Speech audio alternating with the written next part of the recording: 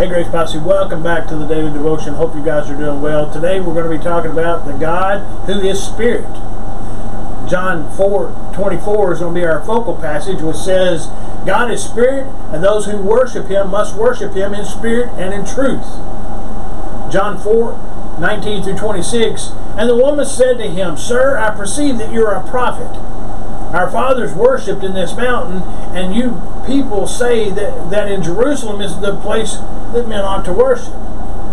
Jesus said to her, Woman, I believe an hour is coming when neither in this mountain or in Jerusalem will you worship the Father. You will worship the Father. You worship what you do not know. We worship what we know, for salvation is from the Jews.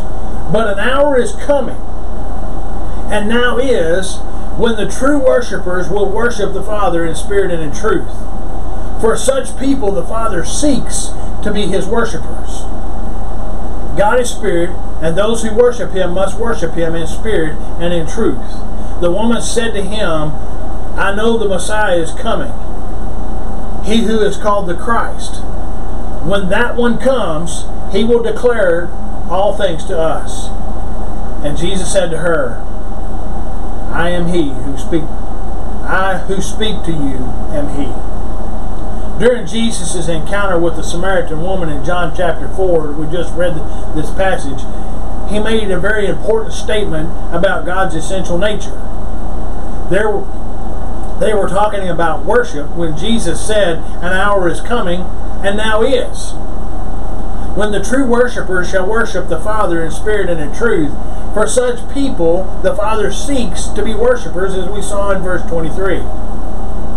But please notice the phrase in John 4:24, where it says, has no God, is not the Spirit, God is Spirit. That is Spirit of His essence. That's who He is. That phrase is put in front of the sentence in the Greek for emphasis, so that what Jesus is saying, I want to emphasize why you must worship God in spirit and in truth. You can't get very far in a quest to know God without talking about worshiping Him. You can't worship Him the way He wants to be worshipped until you understand that God is Spirit. What does that mean to say something is Spirit? First of all, it means that God is non-material. He does not have a body. Spirits don't have bodies. Luke 23:39. You say, but Jesus has a body. Yes, but that's because He became man, not because of who He is in His eternal essence. In God's essence, He is immaterial.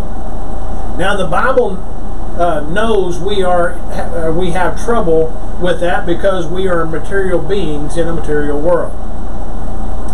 So the Bible speaks about God in human terms.